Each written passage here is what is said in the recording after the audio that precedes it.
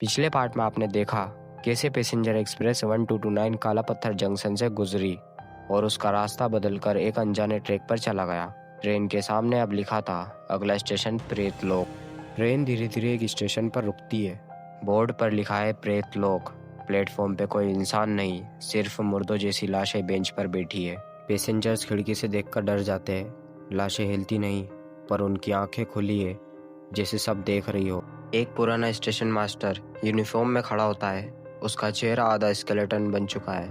वो ड्राइवर राम प्रसाद को देखता है और कहता है, स्वागत है, तुम सबका इंतजार था। स्टेशन मास्टर के हाथ में पुरानी लालटेन है। उसकी आवाज़ गुनगुनाती है, जैसे दो लोग एक साथ बोल रहे हो। जब कुछ पैसेंजर्स प्लेटफॉर्म पर उतरते हैं तो वो लाशें धीरे धीरे उठकर चलने लगती है। उनके चेहरे पे जख्मों से खून टपक रहा है और आंखें सफ़ेद चमक रही है। पैसेंजर्स चीखने लगते हैं। ट्रेन के अंदर बैठे लोग डर के मारे खिड़की बंद कर लेते हैं। स्टेशन के आगे एक पुरानी काली सुरंग दिखाई देती है। उसके अंदर से हवा आती है, जिसमें बच्चों की चीखने की आवाज़ गुनगुनाती है। जगत गार्ड रो पड़ता है और कहता है, ड्राइवर साहब, मैं जानता था काला पत्थर और प्रेतलोक एक श्रापित रूट है। इस ट्रैक पर एक बार ट्रेन चली तो कभी वापस नहीं आई। राम प्रसाद चौंक जाता है। पैसेंजर्स जगत को घेर कर सवाल करते हैं, लेकिन जगत बस रोते हुए एक ही बात बोलता है, हम सब यहाँ कुर्बानी बनने वाले हैं। प्लेटफॉर्म की घंटी अचानक बजती है। जैसे ही घंटी बजती है, एक पैसेंजर अपने आप ट्रेन के बाहर खींच लिया जाता है। उसकी चीखें रात में गूंजती है और लाशें उसके शरीर को चीर डालती है। खून प्लेटफॉर्म पर फैलता है और लाशें उसे खाने लगती है।